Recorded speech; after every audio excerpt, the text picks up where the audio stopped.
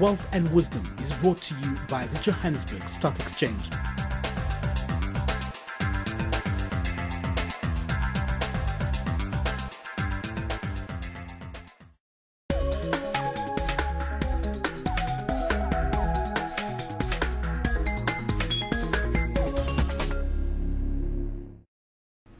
Hello and welcome to Wealth and Wisdom. We're back in the studio this week with Mike Brown of ETF South Africa, Exchange Traded Funds South Africa. It's a platform for investing in ETFs. We're learning about these fascinating instruments that enable you to get broad market exposures with one easy trade or just a simple debit order. So welcome to the show, Mike. Hello, James. Nice to be here. So last week we were talking about ETFs and we were saying that they're quite a bit cheaper than unit trusts. So how do we work that out? I mean, I know in unit trusts the standard terminology we use is a total expense ratio. That it's and usually, I mean, where does unit trust fees tend to come in? Well, total expense ratio is the cost of managing a fund, and that's the same methodology for ETFs as used as for unit trusts, because ETFs and unit trusts fall under the same act, the Collective Investment Scheme Act. They're collective investments, and so they report on their costs of managing the fund. A typical general equity unit trust, the average TR is 1.6% per annum, 1.5, 1.6%. The typical ETF is between 0.2 to 0.5% per annum. It's about a third to less than a fifth of the cost of a typical unit trust. So they're quite a bit cheaper. But what a unit trust is doing is actively managing a portfolio, churning a portfolio, trying to find performance. An ETF just passively replicates an index. So there are lower costs involved with an ETF, which is to the benefit of the investor. And with that, the interesting thing I often think about is that indices, an index is almost a fund management strategy. If you think about it, it's not just simply passive, because if you look, it's not the same 40 stocks are in the index now as were 6 months ago or even in 1995. It's the same as a top 40 index. It's a benchmark. A lot of the names are the same, but a lot of them have changed. How do those indexes have a strategy that they end up rebalancing? I mean, isn't that in effect then saying we're using a market cap strategy for our products, for an ETF or an index? What an index does, the index is developed by the stock exchange itself. So the JSE has a top 40 index or industrial index or a bond index or whatever have you. And what they're measuring is the average performance of the market. How does the market perform?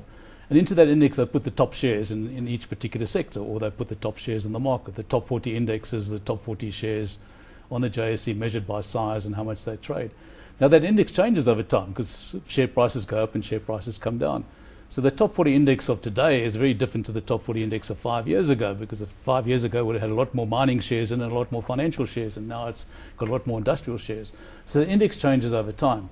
So what the passive manager does, the ETF manager, he changes his portfolio as the index changes, but he doesn't do that on his own response. He's not an active manager. He just does it when the JSE changes. Which is about once a quarter. Once a quarter. Once a quarter. One or two shares fall out the index, and so that's amazing. These guys are trading one or two shares once a quarter. That's correct. So they got maybe 10 trades in a year that the guy has to do. They do about 10 trades. They do about 10 trades in a year. But what's happening is the index is actually giving you the best shares in the market. So when you're buying an index, you're buying the top.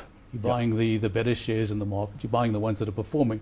So you're really buying momentum. You're buying momentum as it's almost momentum investing. Buying the growth of the market. Speed of it, but it's the growth in market cap. As a company does better, its weighting in the index will increase. So you're sort of carrying on and picking winners. This is a winner, let's put more in. This one, he's not doing so well, he's a loser, let's kick him out the index. So that's why it's very difficult to beat the index, because the index is actually reflecting the best shares in the markets.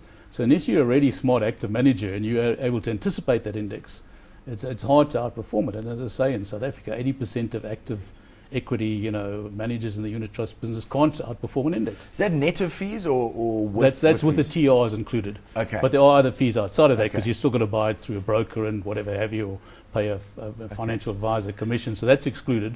But the total expense ratio, the cost of running the fund, is in the performance. Okay. Both of the ETF and of the unit trust. They both give their performances net of fees. Net of fees, correct. Yes.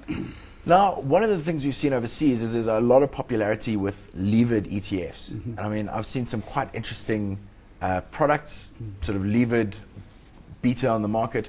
Part of that's driven by restrictions. In the States, they've got rules about geared ETFs. Have we seen geared ETFs in South Africa? Now, the JSE rules don't allow for gearing or leveraged ETFs, nor does the Financial Services Board. You have to be 100% covered. So any guy issues an ETF has to own 100% of the shares in the portfolio, and he has to then give you a participatory interest in that portfolio. So we don't allow for gearing in South Africa. Even overseas, there's lots of product innovation, but the real money goes into plain ordinary ETFs. That's where the serious money is. Buying a basket of shares with one trade. Yeah, there's something like the Spiders, market, which is the S&P 500 in America. That's a massive. That's bigger than I think any single company in South Africa, just as a tracker fund. You know, it's amazing. It's a couple of $100 billion. Wow. $100 billion. You know, it's a big fund. Big fund. So, but that's a common or garden fund, and most of the South African funds are just plain basic, passive collective investment schemes. That's what they are. So right after the break, we're going to be back with Mike Brown, learning some more about ETFs.